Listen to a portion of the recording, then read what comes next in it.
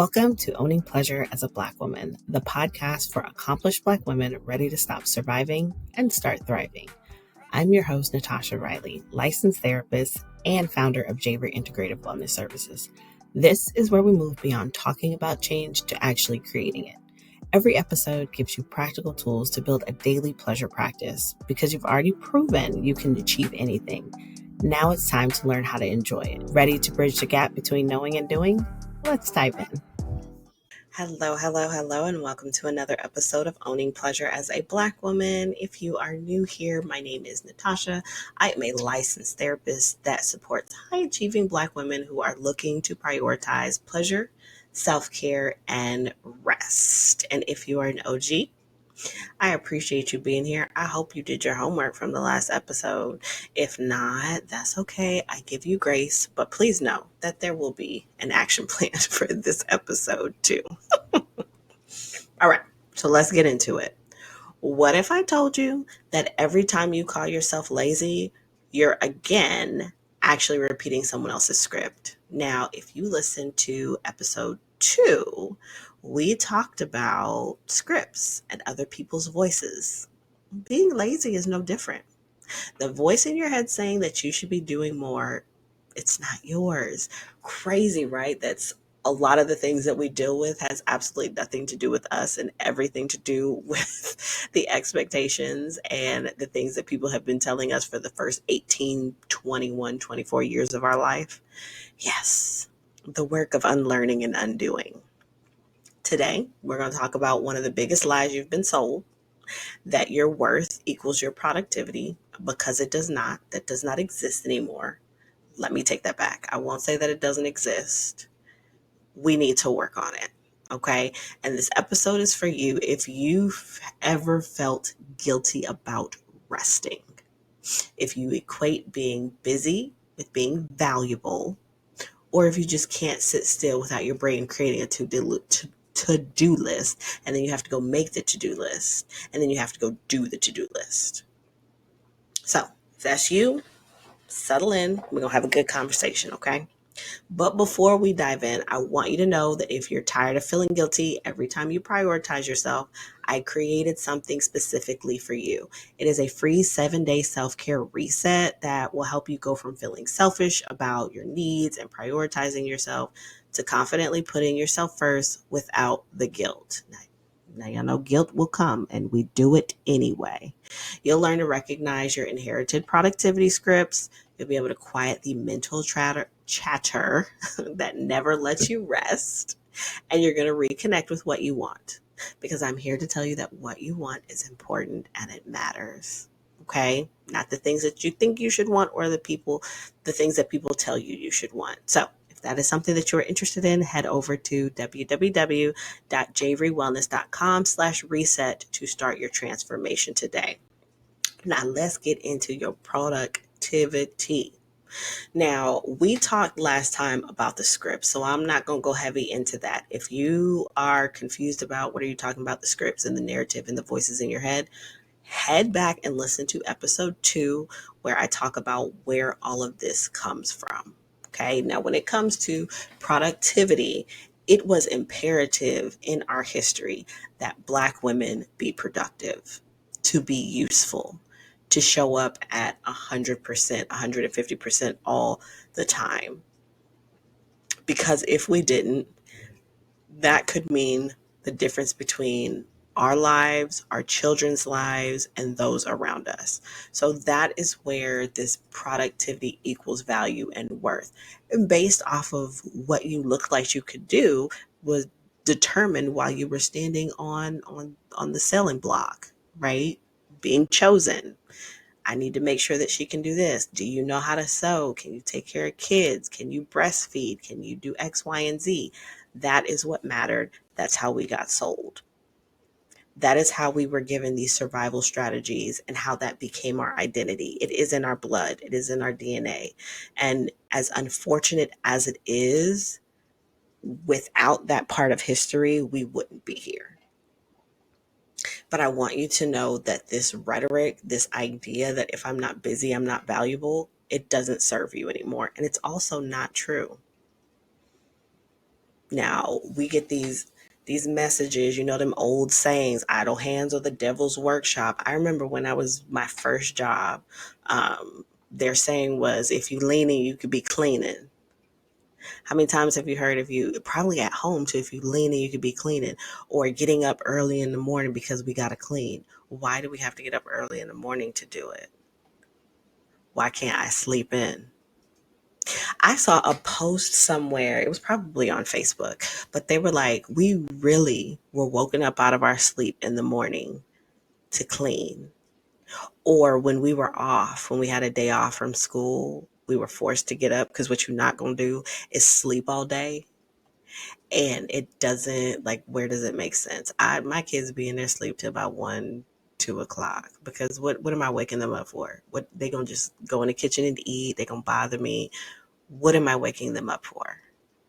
And it just, now when you look back at it, and I won't even say now, it didn't make sense to me then. It didn't make sense why we got to get up so early and go do yard work outside of the position of the sun and how hot it was going to be. Why we got to get up so early and do this? Those are the types of messages that we were given. And let's not even get into the educational system that rewards you for compliance over creativity.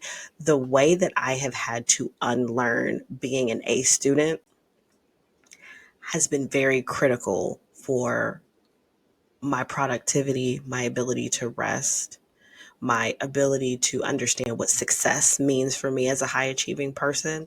I had to completely dismantle what education taught me.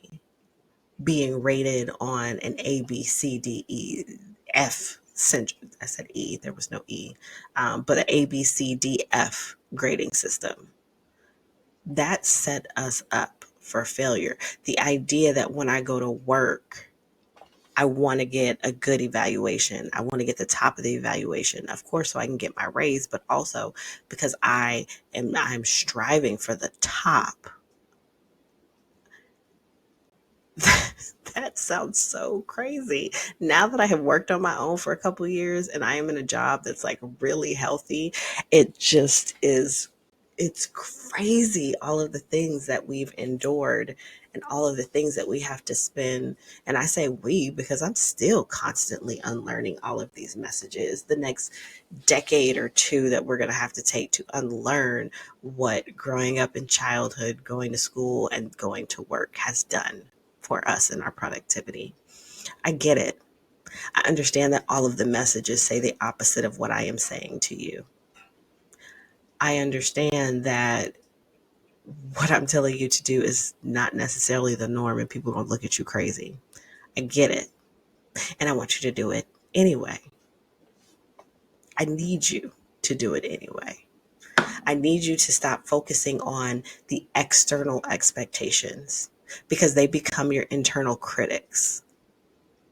Focusing on what everyone else wants and what everyone else thinks of you, not even necessarily what everyone wants, but what they think of you and how they label you because you're not doing what they would consider normal. It's not going to serve you. It's not true.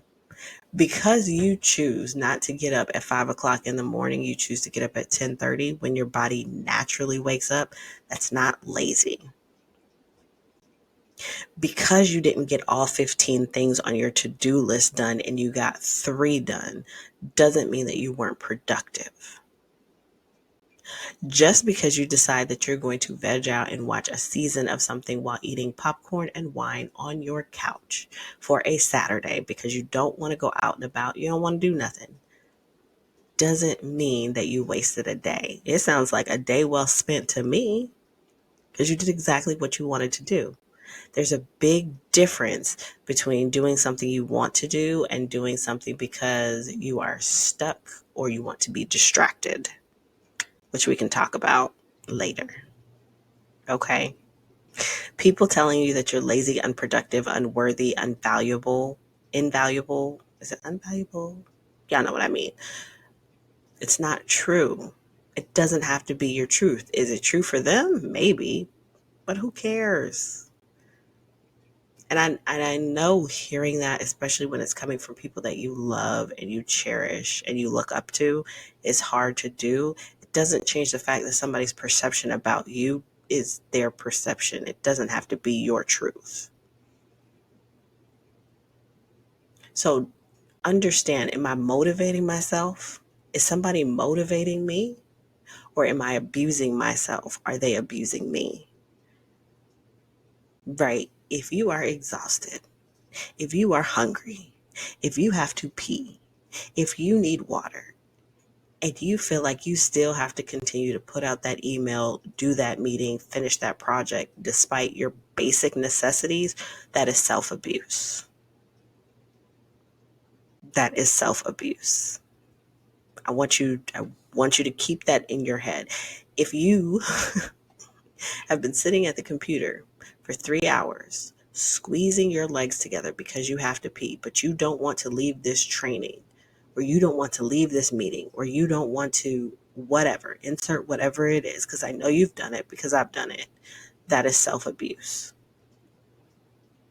So now that we know that these aren't your voices, now that we have reconfirmed that these aren't your voices, let's talk about whose comfort you've been protecting.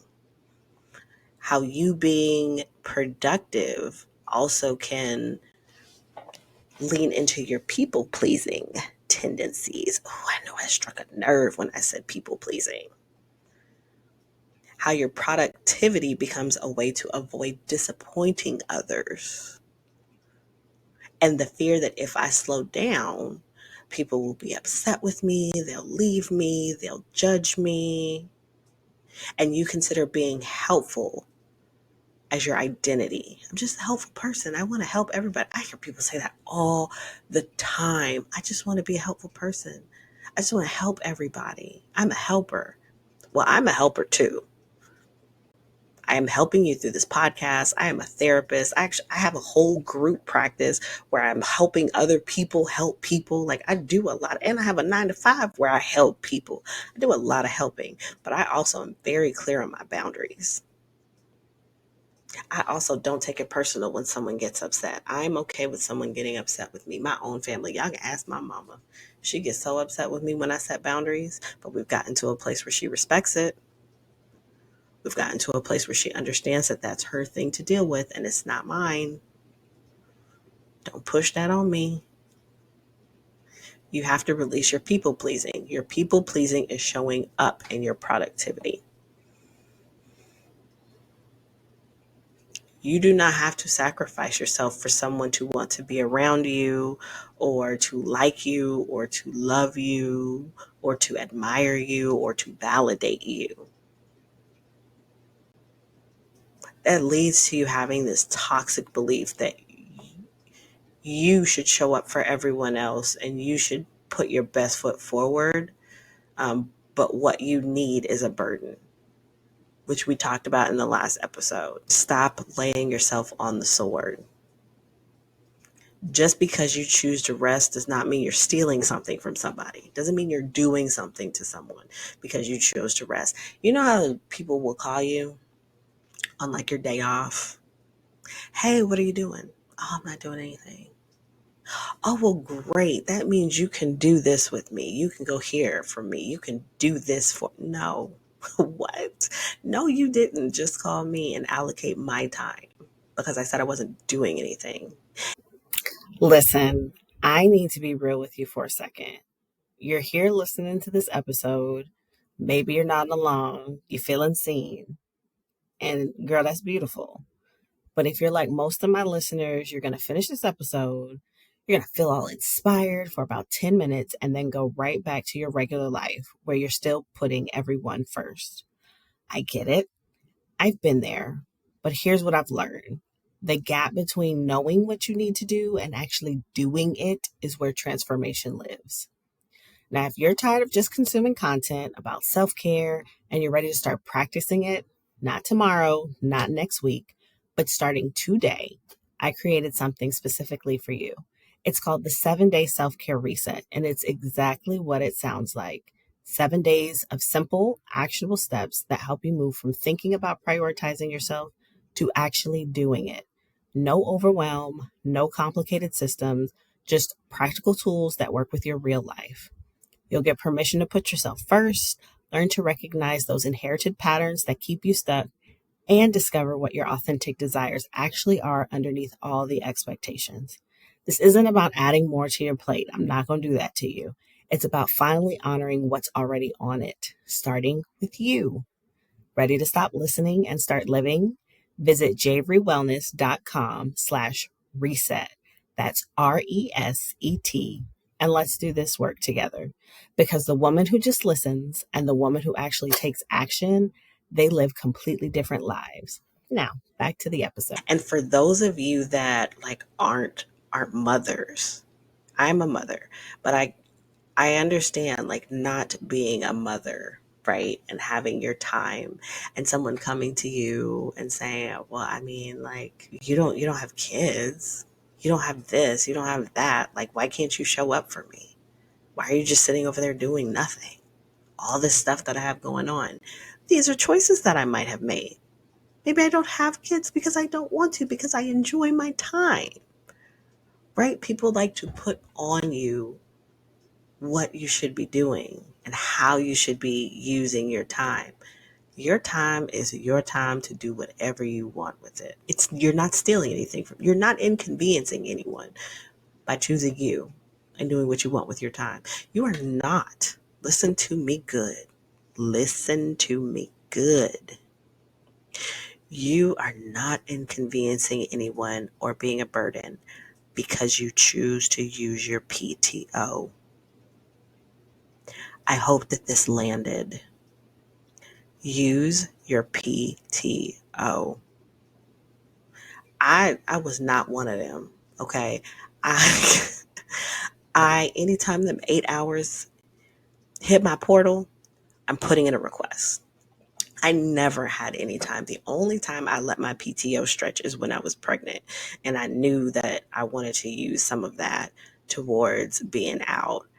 But other than that, like I would literally have to have conversations with my director. She'd be like, Natasha, I can't let you take a day unpaid. You don't have any PTO. I was like, listen, this is my choice. I am okay with not getting paid. Let me off. I used my PTO and I used my sick time. I used both. Okay. There was a point in time where I felt bad about calling out when I would get sick. And I just, like, in my head, I would think about all the things that they would have to do and inconveniencing them and jumping through hoops in order for them to fill my spot. But then I realized how insignificant I was to them when I needed certain things and they were like, no. Or when I wanted a promotion and they would give me that whole, you're doing such a good job, but like we need you to do this, we need you to do that. Or like they give you hope just to snatch it away from you. Once I started peeping that, I no longer cared. Because I'm bending over backwards. I'm coming in here 40 hours a week. I'm giving you 40 hours of my time. And I am busting my butt when I'm here just for you to smile in my face and go behind my back and give a position away that I deserve, to take my ideas, to see how good of a worker I am and continue to put things on me but not increase my pay. Absolutely not. And that was part of my problem. I'm an amazing employee. I am an amazing employee. I give 150%, but I give 150% because I don't want nobody bothering me. Don't come to me talking about why didn't this happen or why didn't that happen. I dot my I's and cross my T's. I am a great employee. I get the work done and then some. But once people know that you can get the work done, they take advantage of that. So all that to say, use your PTO and your sick time. Okay. I went on a rant there for a moment. So what you need to start doing is recognizing when you're managing other people's emotions through your productivity. Okay. Understand the difference between being helpful and being codependent. Being helpful is doing something because you genuinely want to. I don't mind doing that. I don't mind helping you. It doesn't take anything away from me. And even if it does take a little something away from me, I'm absolutely okay with it because I am full enough. My cup runneth over that I can do this for you. Being codependent is really focused on your people pleasing. I want to make sure you like me. I want to make sure I keep you close to me. I want to make sure that we are together forever type situation. I cannot see my life without you in it. This is not just romantic relationships, right? You can do the same thing with your boss, with your friends, with your family, like being codependent on needing their validation, needing their approval, needing them to feel good. Their discomfort with your boundaries, again, is information. It's not instruction for you. It's not to tell you what to do. It's just information. Okay, I don't have to act on this. I don't have to go against what I am trying to do for myself when it comes to rest. But I see you. I see you. But here's what nobody talks about. What this productivity trap is actually costing you. You are disconnecting from your body.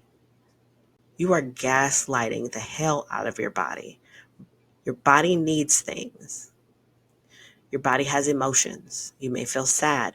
You may be grieving. Oh my gosh, for those people that have like a loss or something traumatic happen and then within like 3 days they go back to work and they just push down those feelings, they compartmentalize that grief. That shows up in your body. That doesn't just disappear. That's coming out. Sis, that's coming out in some way or another. When you have to go to the bathroom and you deny yourself the ability to relieve your body, when you're hungry and you don't eat, when you are thirsty and you do not drink, that is disconnecting you from your body. Your body begins to miss the signals. It says, I'm done. I'm about to go haywire. And eventually you don't trust the signs. You don't trust the signs that your body's giving you that it has basic needs that need to be tended to because you're too busy tending to somebody else's. And then there's the physical toll, your chronic tension, right? Your body aching, your exhaustion, your migraines, your health issues, okay? Your depression that is being masked because you're high functioning. Not only are you disconnected from your body when you're consistently being productive, when you're buying into this productivity trap, you're losing your desires, you're losing your creativity. When you're constantly being productive, you lose touch of what you want. You don't even know what you want. You're probably here because you don't know what you want. There's a big difference between goals that look good and goals that feel good. I want you to go for the goals that feel good in your soul, in your spirit, like deep down under it feels good. It is a yes all the way. It is a hell yes. Those are the goals we're going towards. And this productivity, this busyness, it becomes a way of you avoiding intimacy with yourself. The biggest thing that you need to explore and connect and get to know you and the next version of you, you have to be still. You have to be quiet. There has to be some time to process, to ask the hard questions. If you're constantly running and being productive and doing the things on your to-do list and somebody else's, how do you get to know you? How do you get to know what it is that you want? You can't. And some of you are doing that on purpose. And I don't like it. Know that I see you. I'm going to leave that there, but that was my stern voice. Stop running from yourself. Stop running from your evolution because you're scared. Anywho. And being stuck in this productivity loop, it impacts your relationships. You're not available for your kids. You miss all types of family events, birthdays, vacations. People are continuing. Your girlfriends, they go out without you and you don't get the inside jokes. You don't get to know who they are as they grow. Just anybody in your life. You don't get to continue to get to know them. They stop inviting you to things because it's like, well, she ain't coming anyway. And then sometimes you're just exhausted. You can't be the best mom, the best partner, the best daughter, the best friend that you can be.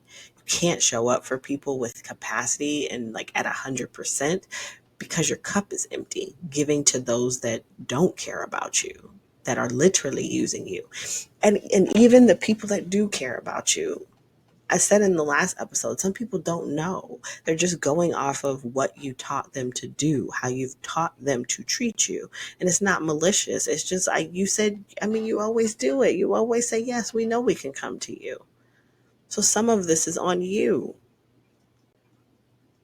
I don't want you to continue missing out on the present moment connections because you're always thinking about the next task, because you're always trying to do the next thing, because I've knocked this goal out and I'm going to do another goal. Like I'm going to get straight into it. When you get something done, go celebrate with the people that love you. Continue to foster those relationships because those are just as important as getting the to-do list done. Okay, so now we have come to the implementation, the action plan section. What are we going to do with all of this? We are going to move forward in action.